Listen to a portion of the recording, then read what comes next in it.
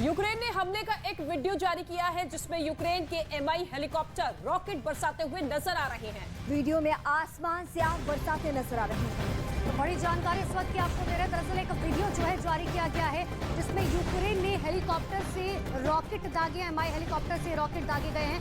ये तस्वीरें देखिए आपको दिखा रहे हैं, ये MI हेलीकॉप्टर जिससे रॉकेट दागने की ये तस्वीरें जारी की गई हैं।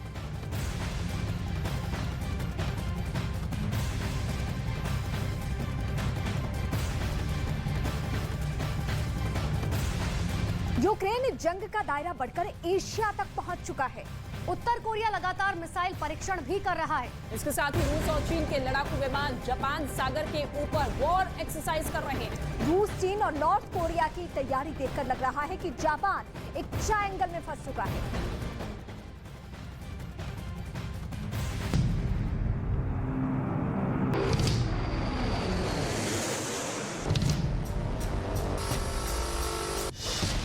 एशिया में बन रहा नया war theatre.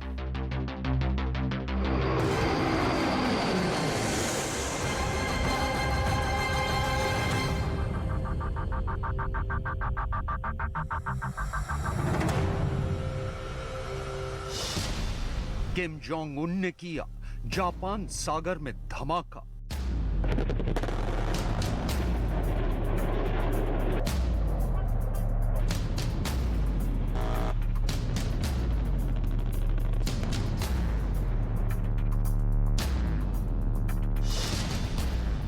Xi Jinping Putin के निशाने पर जापान।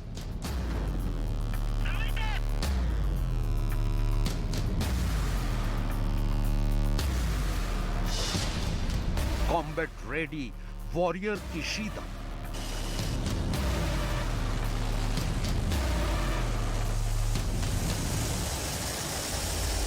यूक्रेन और रूस के बीच जारी तबाही और बर्बादी की जंग की तस्वीरें देखकर दुनिया पहले से ही परेशान है, लेकिन अब दुनिया के एक और इलाके में यूक्रेन युद्ध से भी बड़ी जंग का खतरा पनप रहा है। दरअसल प्रशांत महासागर के नीले पानी में तबाही का सैलाब उठने वाला है। प्रशांत महासागर में महाविनाश की स्टेज सजने लगी है। प्रशांत महासागर में महायुद्ध का वॉर थिएटर तैयार हो रहा है, खासकर जापान सागर में।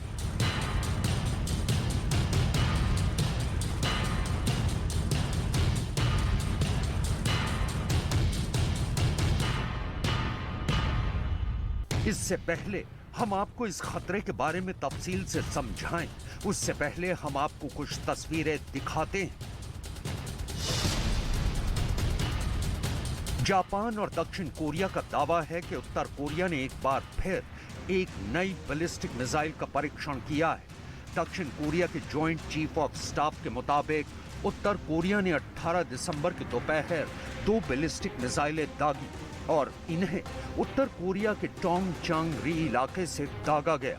इससे पहले उत्तर Korea solid fuel motor system वाली नई तकनीक की मिसाइल का परीक्षण भी कर चुका है।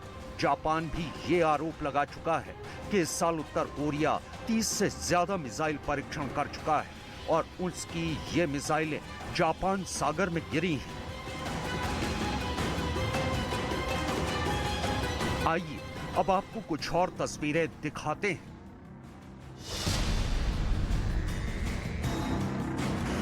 एक बर्फीले इलाके से उड़ान भरता ये रूस का strategic missile carrier bomber Tu-95 MS विमान है। खबर के मुताबिक रूस का ये जंगी विमान 7 घंटे तक जापान सागर के ऊपर उड़ान भरता रहा। इस दौरान उसके साथ रूसी वायुसेना के Su-30 SM और Su-35S लड़ाकू विमान भी थे। इससे पहले 30 नवंबर को रूस और चीन की वायुसेना ने हिंद प्रशांत महासागर इलाके में एक संयुक्त अभ्यास भी किया था। आइए अब आपको एक और वीडियो दिखाते हैं।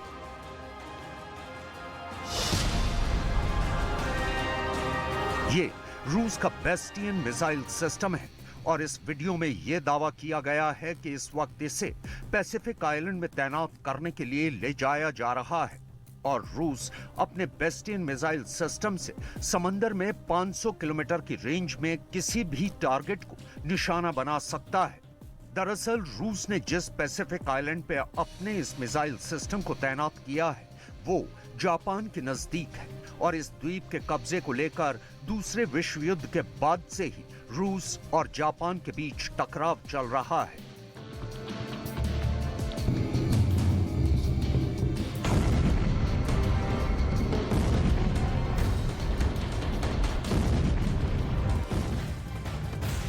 तो राजधानी कीव पर एक बार फिर से बड़े हमले का दावा सामने आया है। यूक्रेन की तरफ से दावा यह किया गया है कि कीव पर दोबारा ड्रोन से हमला किया गया है। राजधानी कीव की स्थिति एक बार फिर से खराब होने जा रही है क्योंकि रूस के टारगेट पे हमेशा से क्यों रहा है। कीव की घेराबंदी यूक्रेनी सेना ने बहुत बेहतर तरीके से की है, लेकिन खतरा एक बार फिर मंडरा रहा है।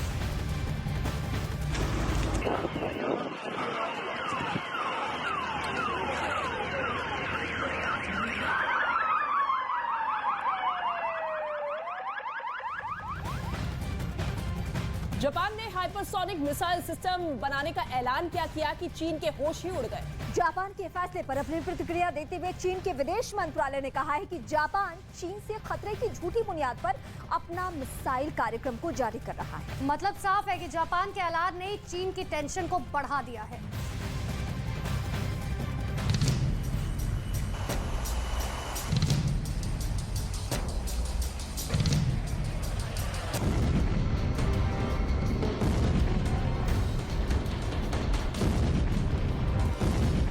आइए अब आपको सिलसिलेवार तरीके से समझाते हैं कि इन तस्वीरों से आखिर जापान इतना परेशान क्यों है। दरअसल ये तमाम तस्वीरें जापान की सुरक्षा पर मंडराते सीधे खतरे से जुड़ी हैं। दरअसल उत्तर कोरिया, चीन और रूस तीनों मिलकर जापान के इर्द गिर्द एक ऐसा ट्रायंगल बना रहे हैं जिसमें उलझकर जापान तबाह भी हो सकता है। लिहाजा अपने ऊपर मंडराते खतरे से निपटने के लिए जापान ने दूसरे विश्व युद्ध के बाद एक ऐतिहासिक फैसला लिया है। जापान सरकार का ये फैसला एक ऐलान की शक्ल में पूरी दुनिया के सामने आया।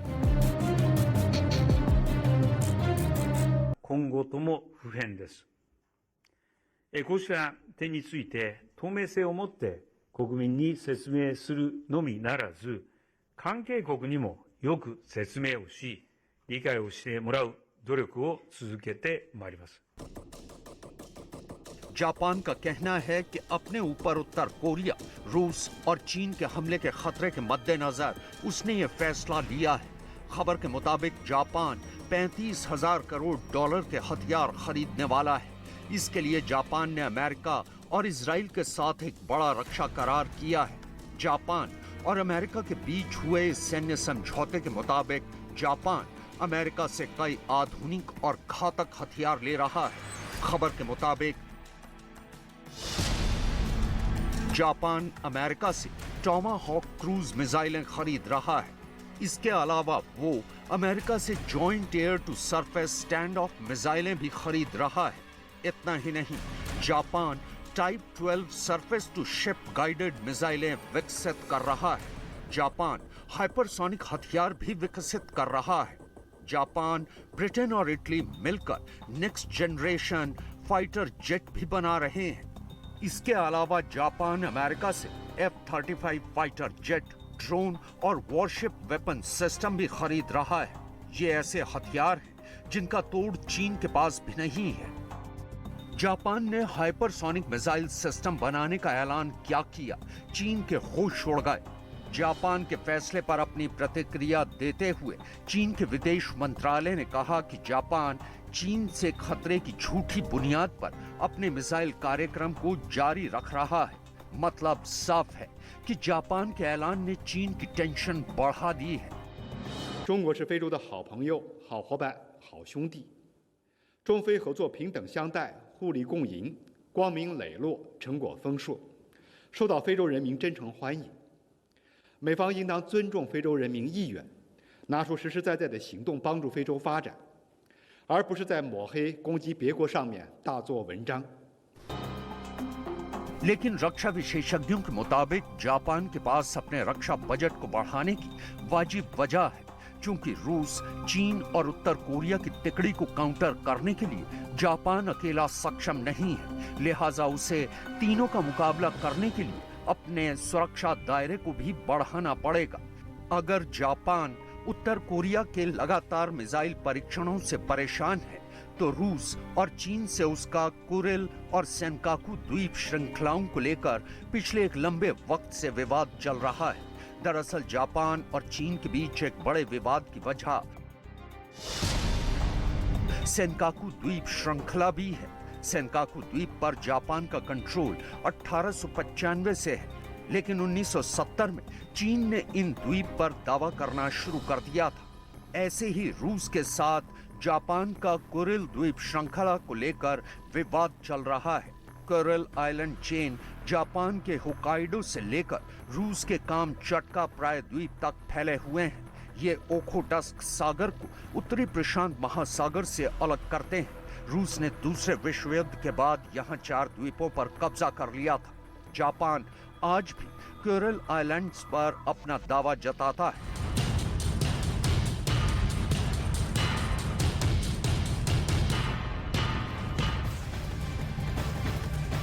रक्षा विशेषज्ञों का मानना है कि रूस या फिर चीन के लिए जापान पर हमला करना इतना आसान भी नहीं होगा, क्योंकि रूस और चीन से सीधी जंग की सूरत में जापान का साथ अमेरिका देगा। और जापान में अमेरिका के इतने सैन्य बेस मौजूद है जहां से वो चीन और रूस को आसानी से निशाना बना सकता है।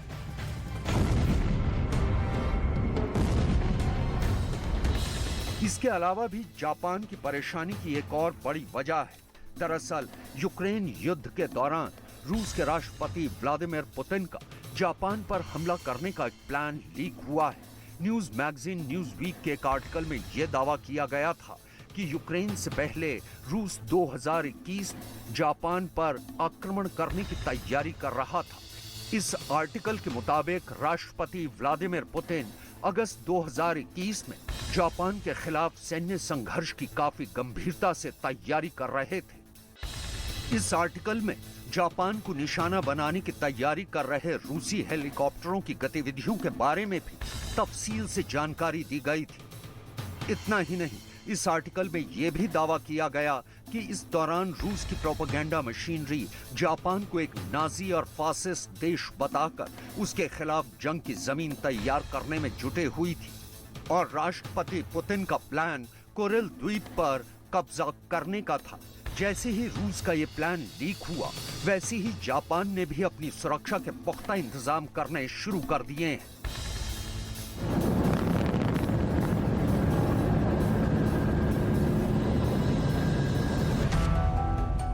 रक्षा विशेषज्ञों का मानना है कि रूस या फिर चीन के लिए जापान पर हमला करना इतना आसान भी नहीं होगा, क्योंकि रूस और चीन से सीधी जंग की सूरत में जापान का साथ अमेरिका देगा और जापान में अमेरिका के इतने सैन्य बेस मौजूद हैं जहां से वो चीन और रूस को आसानी से निशाना बना सकता है।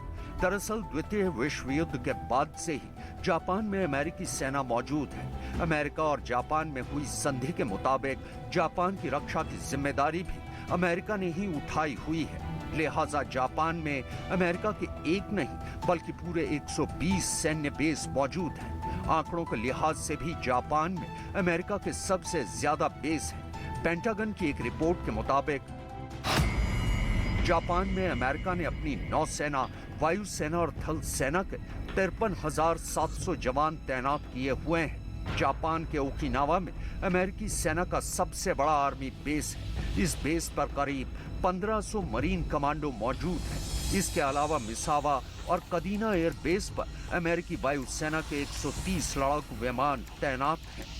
जापान की सरकार के ऐलान के मुताबिक जापान चाहता है कि उसके हथियारों के जखीरे में ऐसी मिसाइलें हों जो लंबी दूरी तक हमला करने में सक्षम हो। न्यूज एजेंसी रॉयटर्स की एक खबर के मुताबिक जापान अब अपने इस प्लान के तहत क्रूज और हाइपरसोनिक बैलिस्टिक मिसाइलों का विकास और उत्पादन बड़े पैमाने पर करेगा।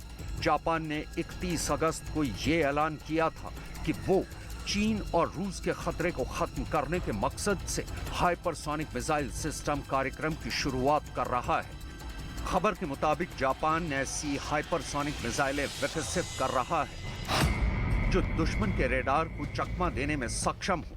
इसके अलावा ये ध्वनि की रफ्तार से 5 गुना तेज उड़ान भरते हुए अपने लक्ष्य को भेदने में सक्षम हो। रूस और चीन के पास ऐसी मिसाइलें पहले से ही मौजूद हैं और ये परमाणु हथियारों से भी लैस हैं। कुल मिलाकर एशिया में यूक्रेन से भी बहुत बड़ी जंग का खतरा नजर आने लगा है और अगर यहाँ जंग हुई तो यूक्रेन जंग में इस्तेमाल हो रहे हथियारों से भी ज्यादा खतरनाक हथियारों का इस्तेमाल होगा। इस हकीकत को देखते हुए अब चीन, रूस और उत्तर कोरिया को ये तय करना है कि वो अमेरिका जैसे देश से जंग लड़ना चाहेंगे या फिर शांति से जापान के साथ उलझे मसलों को सुलझाना चाहेंगे।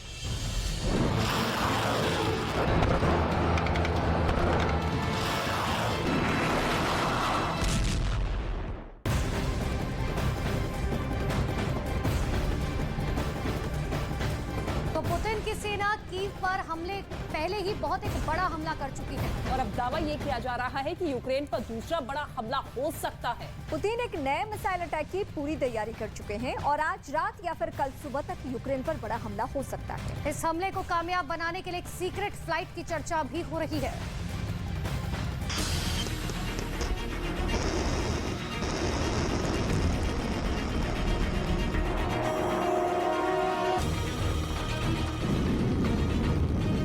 मॉस्को से एक बहुत बड़ा ऑर्डर मिला और रूस के हेलीकॉप्टर का एक काफिला यूक्रेन की तरफ बढ़ चला। क्या इस हेलीकॉप्टर में पुतिन का कोई बड़ा कमांडर है या फिर उनका कोई बड़ा मंत्री है? हेलीकॉप्टर में पुतिन के रक्षा मंत्री मौजूद हैं, लेकिन क्या उनके साथ पुतिन भी हैं? अटैक हेलीकॉप्टर से घिरा ये मी-17 V5 हेलीकॉप्टर आखिर यूक्रेन के किस मिशन पर है और ये सवाल कि क्या इसमें पुतिन है, इसे लेकर बहुत बड़ा सस्पेंस कई घंटों तक बना रहा। सर्गेई शोइगु खिड़की के बाहर देखते रहे, मोर्चों को समझते रहे। रूस की सही पोजीशन उन्हें बताई गई, मैप पर भी दिखाई गई। ये हेलीकॉप्टर कहां उतरे, रूस की फोर्सेस ने इनका पता नहीं लगने दिया क्योंकि ये दौरा बहुत ही हाई प्रोफाइल था। ऐसे हेलीकॉप्टर्स का काफिला कभी भी ज़ेलेंस्की के एयर डिफेंस मिसाइल का टारगेट बन सकता था। जब खबर खोली तो सब हैरान रह गए। इसमें सिर्फ पुतिन के रक्षा मंत्री सर्गेई शोइगु थे और वो यूक्रेन की किसी सीक्रेट लोकेशन पर पुतिन का मैसेज लेकर आए। पुतिन का नया मैसेज क्या है? पुतिन युद्ध को किस तरह जीतना चाहते हैं? जनवरी से पहले उनका प्लान क्या है? इसे आप पुतिन की 3 स्ट्रेटजी से समझिए जो दिसंबर में ही रूस की सेना को बड़े रिजल्ट दे सकती है। पहली स्ट्रेटजी, रूस अब ईरान के ड्रोन के हमले बढ़ाएगा। रिपोर्ट है कि रूस की सेना को नए ड्रोन की डिलीवरी मिल गई है और उसके हमले यूक्रेन के बिजली घरों पर और ज्यादा बढ़ेंगे। दूसरी स्ट्रेटजी, ईरान वाले ड्रोन अब क्राइमिया से लॉन्च नहीं किए जाएंगे। क्राइमिया पर रूस का बड़ा फैसला हुआ है। रूस अब क्राइमिया को बेस बनाकर यूक्रेन पर हमले नहीं करेगा ताकि वहां यूक्रेन के जवाबी हमले से बचा जा सके। तीसरी स्ट्रेटजी, पुतिन दिसंबर में 2022 तक हवाई हमले तेज रखेंगे ताकि उनकी नई आर्मी फॉर्मेशन जनवरी में ऑपरेशन के लिए तैयार हो जाए। पुतिन की इन तीनों नीतियों के बारे में तफसील से बताएंगे, लेकिन इसकी तैयारी कैसी की जा रही है, इसका बैकग्राउंड समझ लीजिए। आप पुतिन के माइंड गेम को और बेहतर तरीके से डिकोड कर पाएंगे कि आखिर पुतिन यूक्रेन की लड़ाई कैसे लड़ना चाहते हैं। रूस ने अपने लेटेस्ट अटैक में यूक्रेन पर 70 से ज्यादा मिसाइलों से हमला किया। हालांकि यूक्रेन का दावा है कि इसमें 90% हमलों को नाकाम कर दिया गया, लेकिन इन हमलों में यूक्रेन के बिजली घरों को फिर निशाना बनाया गया और हालात ये हैं कि यूक्रेन की 50% बिजली सप्लाई इस वक्त पूरी तरह से ठप है। ये ऐसा वक्त है जब यूक्रेन में कड़ाके की ठंड है, तापमान माइनस में चल रहा है और यूक्रेन के लोगों को घरों को गर्म रखने के लिए बिजली की बहुत जरूरत है। Союзу, від країн-партнерів в Європі, від Сполучених Штатів Америки, які допоможуть зберігати стабільність зараз і в наступному році. Це стосується і оборонної підтримки, це стосується енергетичної, макрофіну для України, але є ще над чим працювати, є ще життєво необхідні рішення, які очікують на остаточне схвалення і виконання. जापोरेजिया से 150 किलोमीटर पश्चिम में एक शहर क्राइवी री में रूस के हमलों के बाद का हाल देखिए। यहां रूस की मिसाइलों से अटैक किया गया और फिर एक अपार्टमेंट में कुछ लोग मलबे में फंस गए। यूक्रेन की पुलिस इन्हें मलबे से निकालने की कोशिश कर रही है। फंसे हुए लोगों में 2 छोटे बच्चे और एक महिला भी है। इस शहर पर हुए हमले में 4 लोगों की मौत हुई है। इसमें एक छोटा बच्चा भी है। 13 से ज्यादा लोग घायल हुए हैं। यहाँ ऐसे लोगों को मलबे से कई घंटों बाद निकाला गया है और कुछ तो बचाए जाने की उम्मीद भी छोड़ चुके थे। पुतिन ने जो 70 से ज्यादा मिसाइलों से हमला किया, उनमें 40 तो सिर्फ कीव पर दागी गई। इससे जाहिर है कि पुतिन का बड़ा टारगेट अब भी कैपिटल कीव बनी हुई है। В пятницу, 16 декабря, по системам военного управления, оборонно-промышленного комплекса и обеспечивающим их объектам энергетики Украины нанесен массированный удар высокоточным оружием большой дальности, воздушного и морского базирования. Цель удара достигнута. Все назначенные объекты поражены. सवाल ये भी है कि पुतिन बिजली वाले पावर सेंटर पर तो हमला कर रहे हैं, लेकिन वो ज़ेलेंस्की यानी यूक्रेन के पॉलिटिकल पावर सेंटर पर हमले से क्यों बच रहे हैं?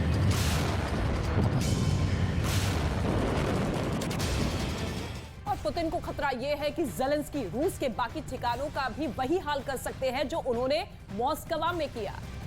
और ऐसे हमले क्राइमिया ब्रिज पर भी हो सकते हैं। और यही वजह पुतिन ज़ेलेंस्की को दूसरा मौका नहीं देना चाहते और लगातार यूक्रेन को निशाना बना रही हैं।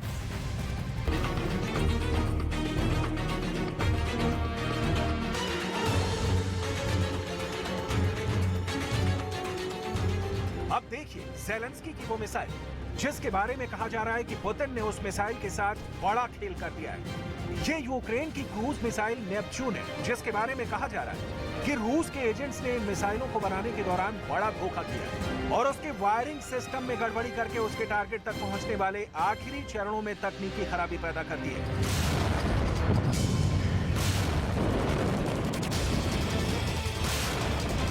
कहा जा रहा है कि पुतिन ने यूक्रेन की नेपच्यून मिसाइल को सैबोटेज कर दिया है, यानी उसमें उत्पादन के दौरान गड़बड़ी पैदा कर दी है। नेपच्यून मिसाइल को लेकर अब पुतिन ऐसा क्यों करेंगे या कर सकते हैं, इसकी बहुत बड़ी वजह जान लीजिए।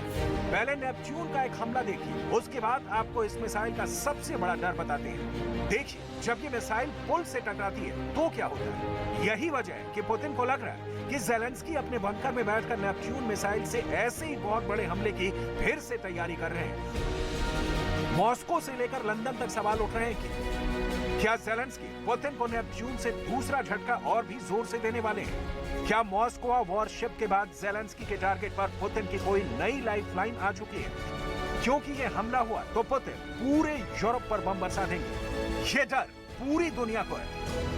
पुतिन को खतरा है कि ज़ेलेंस्की रूस के बाकी ठिकानों का भी वही हाल कर सकते हैं जो उन्होंने मॉस्को का किया, और ऐसे हमले क्राइमिया ब्रिज पर भी हो सकते हैं। $3.5 अरब से ज्यादा की लागत से तैयार हुए इस पुल के 2 हिस्से हैं, यानी 2 समानांतर पुल बनाए गए हैं। इनमें एक रेल यातायात के लिए है, जिससे पुतिन तेजी से अपनी फौज की तादाद क्राइमिया में बढ़ा सकते हैं। ऐसी तस्वीरें कई बार आई हैं जब रूस के टैंक इसी रास्ते से क्राइमिया तक पहुंचाए गए हैं। वहीं दूसरा रास्ता गाड़ियों के लिए। क्राइमिया पहले यूक्रेन का हिस्सा था, लेकिन 2014 में रूस ने इस पर कब्जा कर लिया और फिर यहां जनमत संग्रह करा के इस पर अपना हक जताते हैं। 2014 में ही रूस ने इस पुल को बनाने का प्रोजेक्ट शुरू किया और 2018 में इसे तैयार कर दिया। खुद पुतिन ने पुल का उद्घाटन किया था, तब उन्होंने खुद ट्रक को चलाकर इस पुल को पार किया था। वो ट्रकों का काफिला लेकर क्राइमिया तक गए थे। पुतिन का ट्रक ड्राइवर के तौर पर क्राइमिया पहुंचना रूस की ताकत का एक और मुजाहिरा था, लेकिन इस नेपच्यून मिसाइल से दूसरा खतरा बढ़ गया है।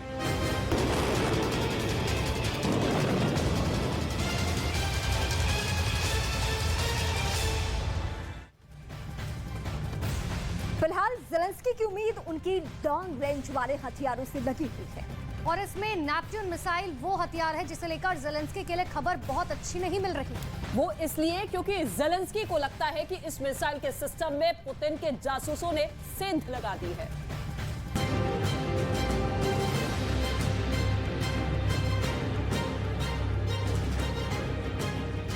युद्ध के शुरुआत में ही रूस ने 3 हफ्तों के अंदर ही अपने 2 वॉरशिप खोए थे, जिसमें नेपच्यून मिसाइल का इस्तेमाल हुआ था।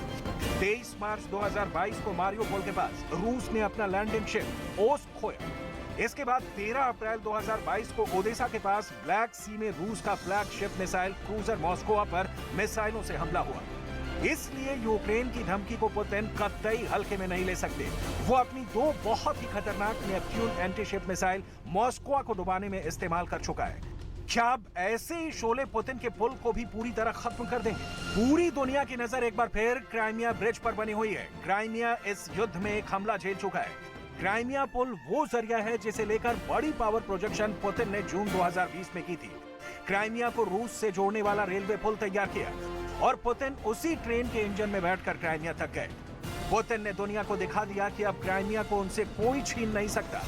अमेरिका और यूरोपीय संघ पुतिन के इस सीनाजोरी से बुरी तरह चिढ़े हुए हैं और वो आज भी क्राइमिया को रूस का हिस्सा नहीं मानते।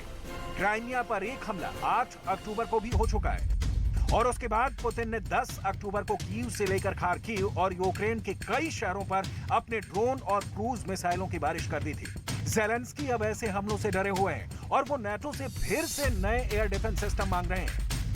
До ресурсів на війну проти нашого народу, саме проти людей, проти усіх українців від Луцька до Харкова, від Сум до Одещини.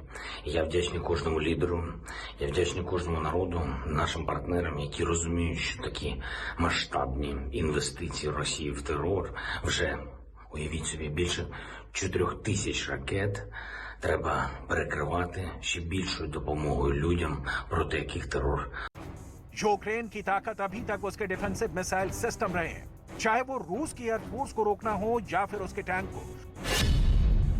रूस के फाइटर जेट्स को रोकने के लिए यूक्रेन ने अपने 3 एयर डिफेंस सिस्टम का बखूबी इस्तेमाल किया है। इनमें बक एयर डिफेंस सिस्टम है, S-300 भी है और कंधे पर रखकर फायर की जाने वाली स्टिंगर मिसाइल भी है। लेकिन इन हथियारों को भी रूस ने अपने टारगेट पर लिया हुआ है। В ходе отражения удара украинскими и западными комплексами противовоздушной обороны значительный ресурс израсходован по специально запущенным ложным целям. При этом вскрыты позиции и уничтожены 4 радиолокационные станции украинских зенитных ракетных комплексов С-300 в районах населенных пунктов Андрусовка. फिलहाल ज़ेलेंस्की की उम्मीद उनकी लॉन्ग रेंज वाले हथियारों से लगी हुई है और इसमें नेपच्यून मिसाइल वो हथियार है जिसे लेकर ज़ेलेंस्की के लिए खबर बहुत अच्छी नहीं मिल रही, क्योंकि ज़ेलेंस्की को लगता है कि इस मिसाइल के सिस्टम में पुतिन के जासूसों ने सेंध लगा दी है। फिर भी अगर यूक्रेन ने नेपच्यून मिसाइल से अगर हमला किया और वो भी क्राइमिया के ब्रिज पर, तो वो अटैक कैसे लॉन्च किया जाएगा? नेपच्यून मिसाइल को यूक्रेन की फौज आसपास समंदर के उस किनारे से लॉन्च करेगी जहां अब भी रूस का कब्जा नहीं हुआ है। नेपच्यून को फायर किया गया तो कुछ इस तरह से अपनी टारगेट की तरफ बढ़ेगी। दुश्मन के रेडार से बचने के लिए मिसाइल अपने टर्मिनल फेज यानी आखिरी दौर की उड़ान के दौरान समंदर की सतह से 10 मीटर की ऊंचाई पर उड़ती है। जब टारगेट करीब आता है तो ये 3 मीटर की ऊंचाई तक पहुंच जाती है। यही वजह है कि किसी वॉरशिप के क्लोज इन वेपन सिस्टम भी इसे आसानी से नहीं रोक पाते हैं। यहाँ तो रूस का एक पुल है जिसे बचाने के ऑप्शन भी पुतिन के पास बहुत कम होंगे। इसका भी वही हाल होगा जो रूस के मिसाइल क्रूजर मॉस्को का हुआ। यह मिसाइल समंदर की सतह से चिपक कर उड़ती है। इस रफ्तार पर किसी मिसाइल को निशाना बनाना आसान नहीं होता। इसी तरह यह मिसाइल मॉस्को के करीब पहुंच गई थी और फिर हुआ ऐसा धमाका जिसने रूस की नेवी को हिलाकर रख दिया। यूक्रेन ने इस हमले में 2 नेपच्यून मिसाइलों का इस्तेमाल किया था। इस हमले में इससे भी ज्यादा मिसाइल इस्तेमाल की जा सकती हैं। नेपच्यून मिसाइल आवाज की रफ्तार से कम स्पीड में चलती है, यानी करीब 1000 किलोमीटर प्रति घंटा। रफ्तार 900 से 1000 किलोमीटर पर आवर। करीब 4.5 मीटर लंबी इस मिसाइल का वजन 850 किलो से ज्यादा होता है। इसमें इसका वॉर हेड ही 150 किलो का होता है। दरअसल ये रूसी मिसाइल KH-35 का ही एक रूप है जिसके कई वर्जन है और इसकी रेंज 280 किलोमीटर तक मानी जाती है। वहीं एंटी टैंक रोल में उसके पास जैवलिन से लेकर एन लॉ मिसाइल है जिसने रूस के टैंकों को भारी नुकसान पहुंचाया है। मारियोपोल से लेकर कीव के आसपास रूसी टैंकों का कब्रिस्तान बनाने वाली ये मिसाइल अब भी पुतिन की फौज के लिए बड़ी दहशत बनी हुई है। अगर ज़ेलेंस्की ने क्राइमिया या फिर रूस के किसी और सामरिक ठिकाने पर ऐसा हमला किया तो समझ लीजिए कि पुतिन जिस गुस्से को मॉस्को के डूब जाने के बाद पी गए, वो ऐसे खतरनाक हमले के साथ बाहर निकलेगा जिसकी जद में पूरा यूरोप आएगा और फिर यूक्रेन की जंग विश्व युद्ध में तब्दील हो जाएगी। ये खतरा पूरी दुनिया जता रही है।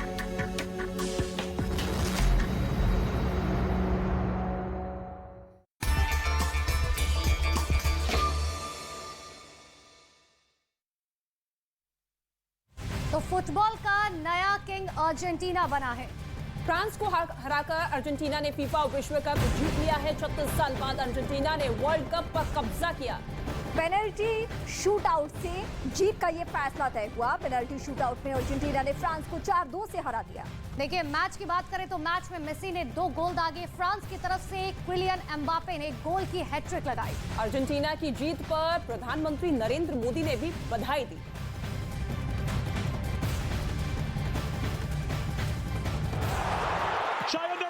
मैच के अंतिम समय में माहौल बेहद रोमांचक हो गया था। हर फुटबॉल प्रेमी की धड़कनें बढ़ी हुई थी। तभी पेनल्टी शूटआउट से हुए फैसले में जीत का सेहरा अर्जेंटीना के सर पर बंद किया।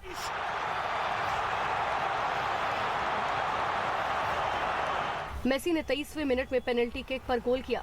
मेसी का सपना, उनके देश का सपना, पूरी दुनिया का सपना मुट्ठी में है। इसके बाद 36वें मिनट में एंजल डी मारिया ने दूसरा गोल दागा। आत्मविश्वास भरपूर अर्जेंटीना में। दूसरे हाफ तक अर्जेंटीना हावी रहा। इसी बीच फ्रांस के स्टार फुटबॉलर किलियन एम्बापे ने 2 मिनट में 2 गोल दागते हुए मुकाबले में नया जोश और रोमांच भर दिया। तय 90 मिनट तक 2-2 का स्कोर था। एक्स्ट्रा टाइम के बाद मुकाबला 3-3 के बराबरी पर रहा। क्या घड़ी बजी है बिल्कुल, लेकिन ऑफसाइड फ्लैग भी रेज हो गया है। गोल दिया गया है, गोल दिया गया है अंत में। मेसी का मैजिक। 3 के 3 है, 3 के वीर है, हैट्रिक हीरो है। पहली बार विश्व कप फाइनल के इतिहास में किलियन एम्बापे। फाइनल हो तो ऐसा। इसके बाद पेनल्टी शूटआउट से जीत का फैसला हुआ, जिसमें अर्जेंटीना की टीम 4 गोल कर पाई और फ्रांस की टीम सिर्फ 2 गोल दागने में कामयाब रही। अर्जेंटीना का सपना हकीकत है, मेसी का सपना हकीकत है। 36 साल बाद मैराडोना की परछाई को छोड़ अब लियोनेल मेसी की बारी है।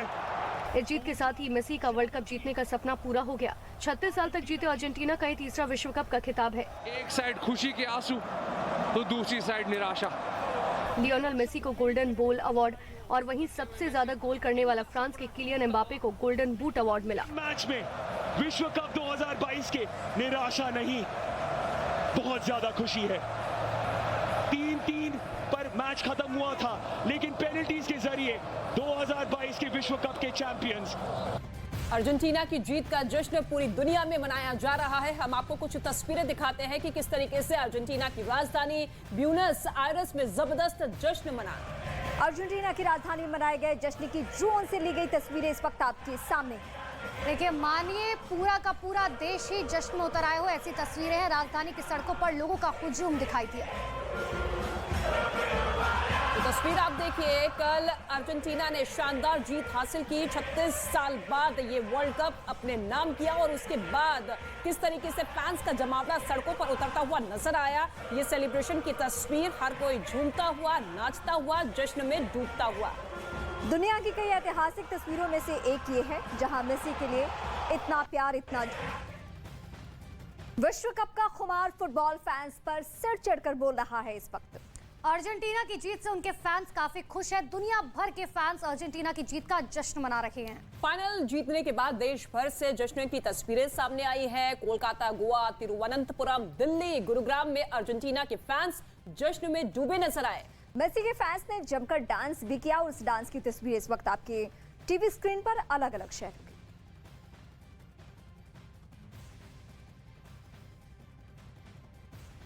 इसके साथ ही प्रधानमंत्री नरेंद्र मोदी और गृह मंत्री अमित शाह ने भी अर्जेंटीना को फुटबॉल वर्ल्ड कप जीतने पर बधाई दी।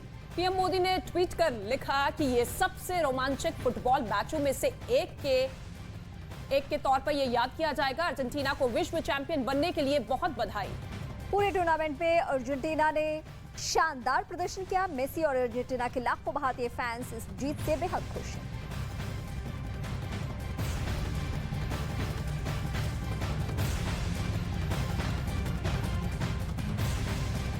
तो फ्रांस को पेनल्टी शूटआउट में पटखनी देने के बाद अर्जेंटीना ने पहले तो स्टेडियम में जबरदस्त जश्न मनाया। 36 साल बाद ट्रॉफी उठाने के बाद मेसी ने पूरी टीम के साथ स्टेडियम में चारों तरफ चक्कर लगाया। और ये चक्कर लगाने की तस्वीरें भी हम देख कर आ रहे हैं आपको, जहां भी वादन स्वीकार भी किया। उसके बाद होटल के कमरे में भी मेसी का जश्न चलता रहा। देखिए, इसका एक वीडियो भी सामने आया जब मेसी होटल में टेबल पर डांस करते हुए दिखाई दिए।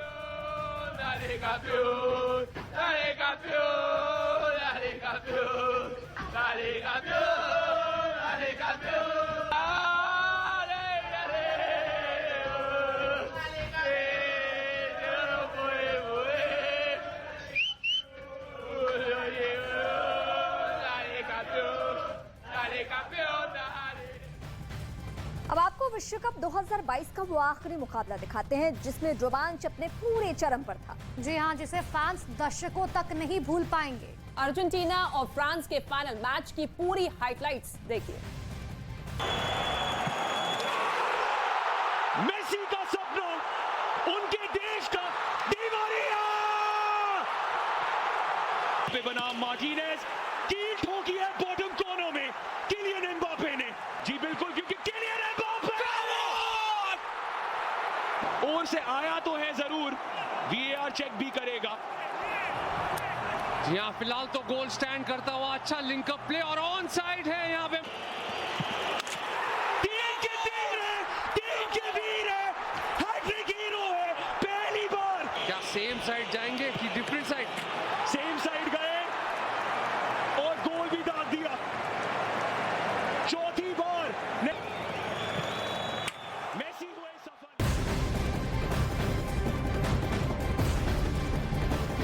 तो फ्रांस की टीम जैसे ही पेनल्टी शूटआउट में फाइनल में पहुंची, फ्रांस में मायूसी छा गई। फ्रांस के फैंस निराश हो गए। नाराज फैंस सड़कों पर उतर आए। खबर यह है कि गुस्साए फुटबॉल प्रेमी पुलिस से भिड़ गए। और ये फ्रांस की तस्वीरें हम आपको दिखा रहे हैं जहां नाराजगी इस कदर बढ़ी, जहां कानून अपने हाथों में फैंस ने ले लिया और वहां तोड़फोड़ मचानी शुरू कर दी है। तोड़फोड़ की तस्वीर इस वक्त हम आपको फ्रांस से दिखा रहे हैं।